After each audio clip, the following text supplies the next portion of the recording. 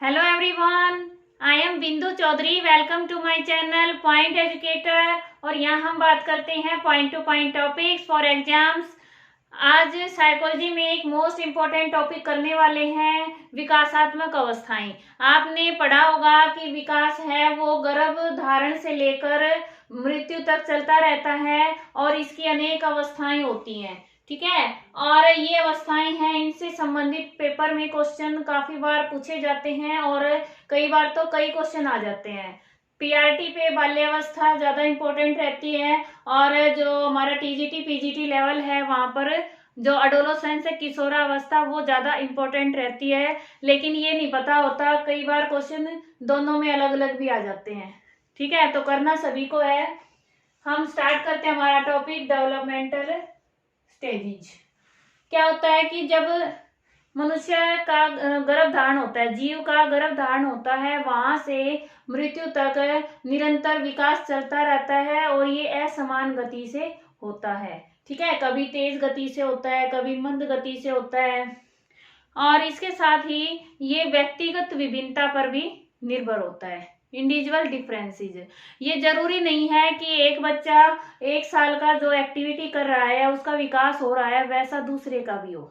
ठीक है, तो ये व्यक्तिगत विभिन्नता पर निर्भर होता है। अब अनेक साइकोलॉजिस्ट हैं, सभी ने थ्योरी दी हैं, जैसे जीन पियाजे की है, इरिक्सन की है, अलग अलग थ्योरीज हैं, सभी ने अलग अलग स्टेज बताई है। ठीक है, उन सभी को हम कर चुके हैं, लेकिन मेनली जो हमारे पास निकल कर आती हैं वो होती हैं 10 स्टेजेस। मनोवैज्ञानिकों ने लगभग 10 स्टेजेस में डिवाइड किया है पूरे जीवन काल को। ठीक है, 10 स्टेजेस में कौन कौन सी हैं? फर्स्ट है हमारी पूर्व प्रसूति काल।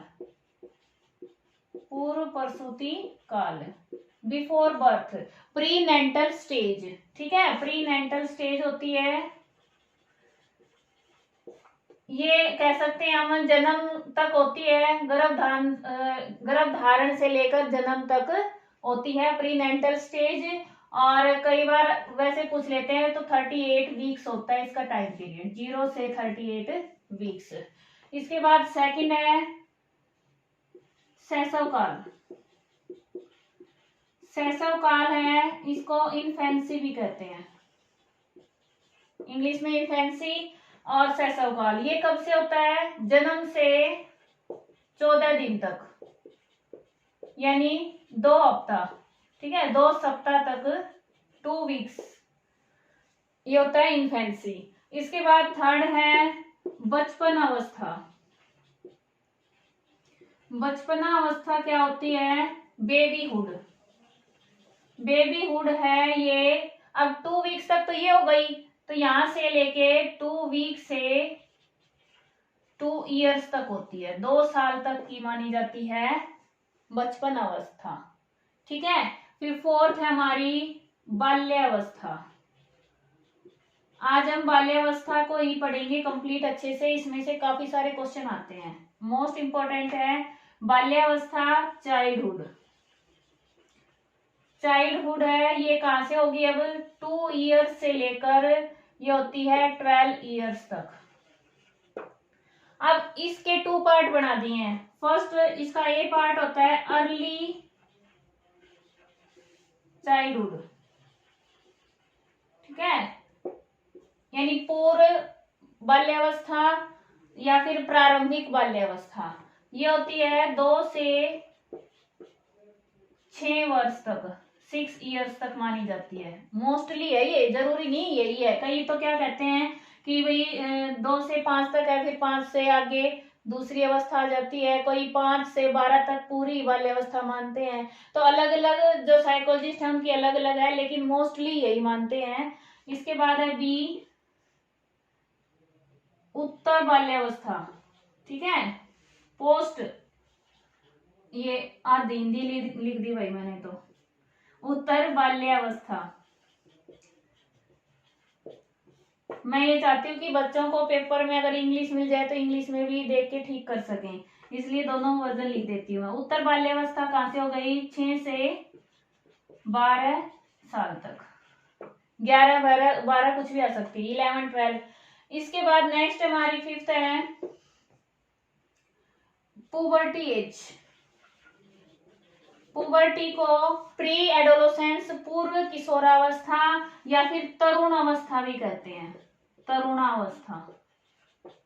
ठीक है, तरुणावस्था ये लड़कियों में अलग होती, लड़कों में अलग है। लड़कियों में 11 से 13 साल तक मानी जाती है, 13 ईयर्स तक, और लड़कों में 12 से 14 ईयर्स तक मानी जाती है।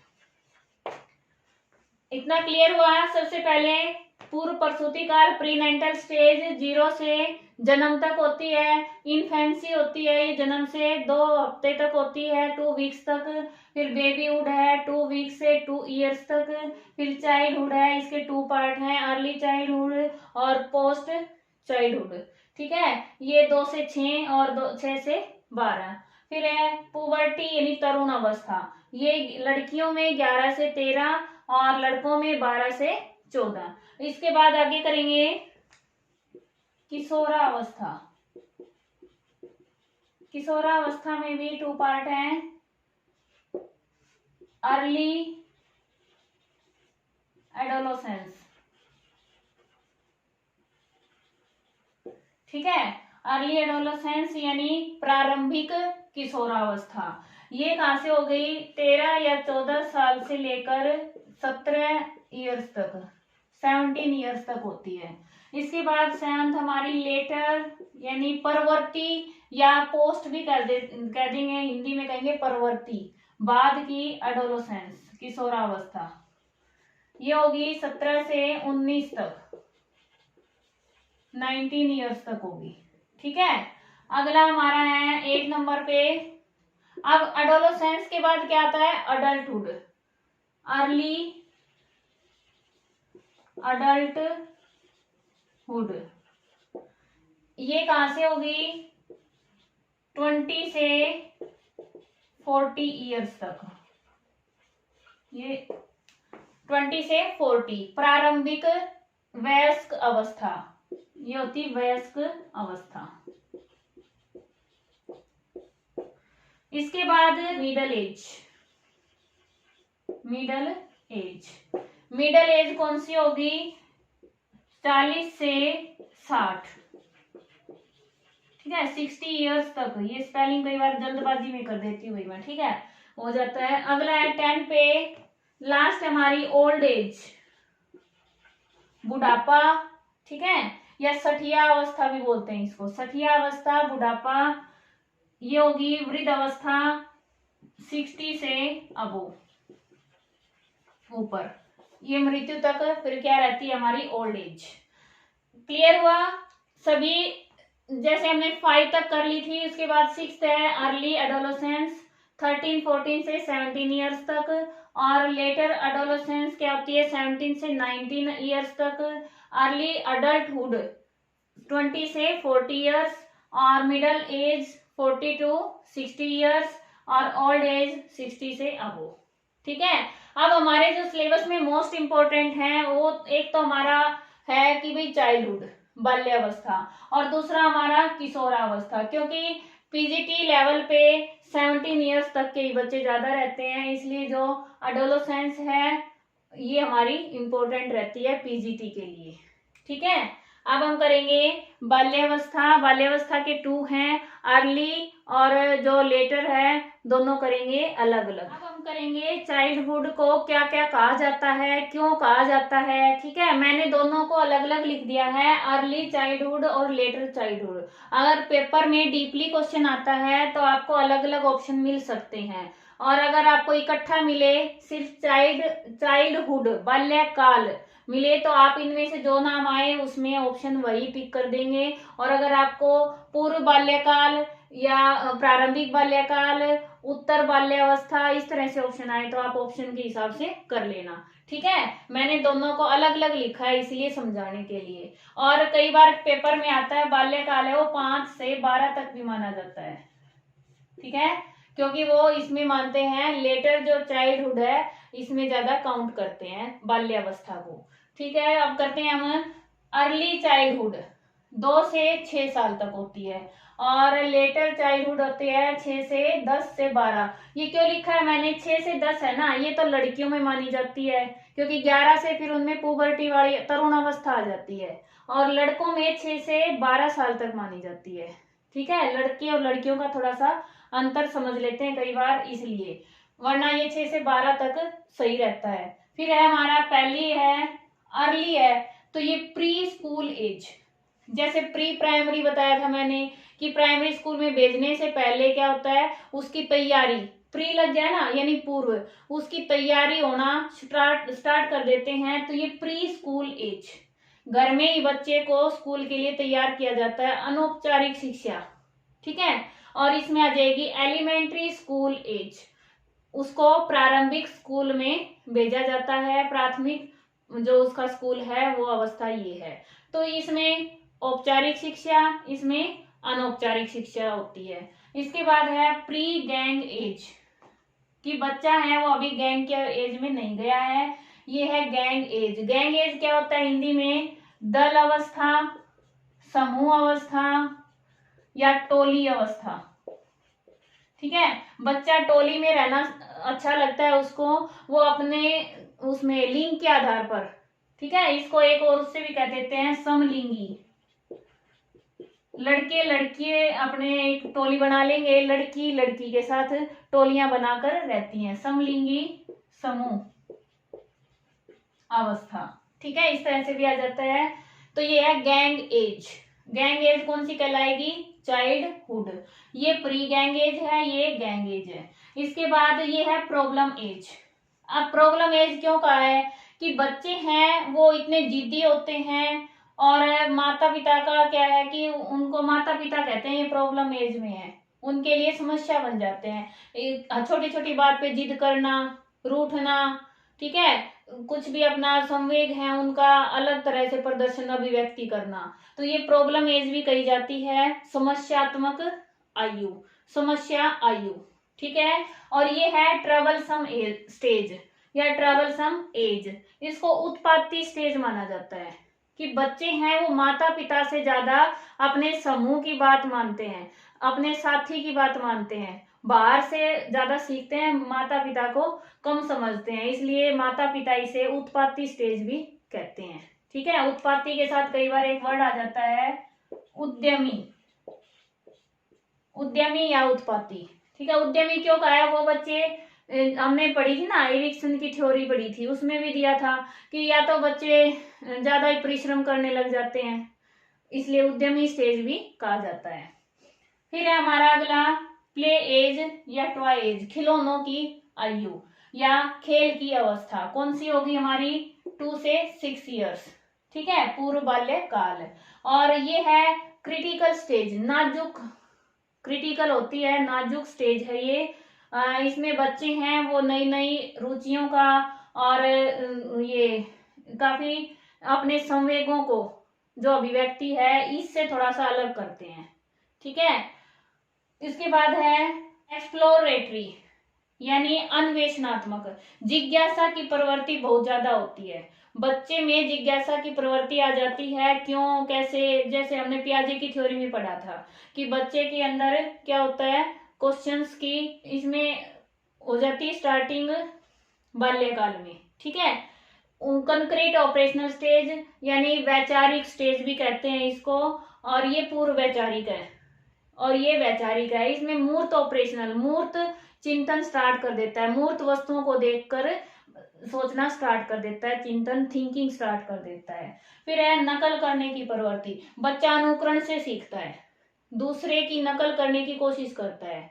ठीक है, और इसमें क्या है, ये निर्माण काल कहा जाता है, बच्चे की जो रुचियां हैं, व्यवहार है, आदत है, उनका निर्माण हो रहा है, और इस काल में जो निर्माण हो जाता है उसका बाद में चेंज करना, परिवर्तन करना काफी कठिन होता है, इसलिए इसको निर्माण काल कहा जाता है। फिर है मिथ्या परिपक्वता काल यानी सूडो मेजोरिटी काल। ठीक है, एज। अब सूडो परिपक्वता क्यों कहा है मेच्योरिटी, क्योंकि उसको ये भ्रम रहता है कि मैं सब जानता हूं, मिथ्या, मिथ्या का एक और भी आता है इसमें वर्ड छदम, छदम, संस्कृत में छदम क्या होता है, छुपा हुआ, गुप्त, तो ये गुप्त परिपक्वता काल है, ठीक है। मैच्योरिटी आई नहीं है, उसके अंदर गुप्त है, बच्चा थोड़ा थोड़ा बड़ों की तरह व्यवहार स्टार्ट कर देता है, वयस्क की तरह। फिर है एक प्रतिद्वंदात्मक समाजीकरण का काल। बच्चे हैं, इसमें विरोधाभास ज्यादा रहता है, ठीक है। जो परिवार माता पिता से और बाहर के ग्रुप से, उनमें आपस में विरोधाभाव अधिक रहता है। इस तरह से ये अलग अलग नाम हैं, कुछ नाम और भी हैं, वो भी करवा देती हूँ। इसीलिए मैंने ये टॉपिक अलग से किया है कि इसके काफी सारे नाम हैं और पेपर में बार बार पूछे जाते हैं कि ये कौन सी स्टेज है, इसको किस नाम से पुकारते हैं, ठीक है। जैसे एक आता है स्फूर्ति अवस्था। स्फूर्ति अवस्था इंग्लिश में क्या होती है ये? Smart age. Smart age. तो स्फूर्ति क्या है? बच्चे काफी एक्टिव रहते हैं, उनमें स्फूर्ति बहुत ज्यादा रहती है, ठीक है। खेल कूद में ध्यान ज्यादा हो जाता है, वो स्फूर्ति बनाए रखते हैं, सारा दिन एक्टिव रहते हैं। तो स्फूर्ति अवस्था है बाल्यकाल। इसके बाद इसको एक डर्टी अवस्था भी कहते हैं कई बार, ठीक है, डर्टी एज, गंदी अवस्था।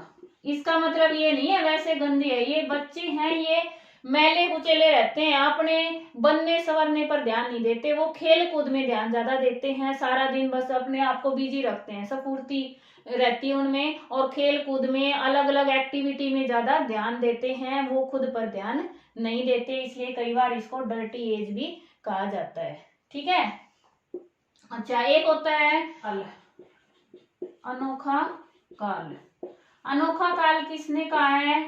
ब्रूस ने और कार्ल ने कहा है अनोखा काल, कि ये जो स्टेज है ये अनोखा काल है, अद्भुत है अपने आप में ही। बच्चे में जो चेंज है वो अचानक से हो रहे हैं, वो जो परिपक्वता की एज में जा रहा है, ठीक है। तो ये अनोखा काल है।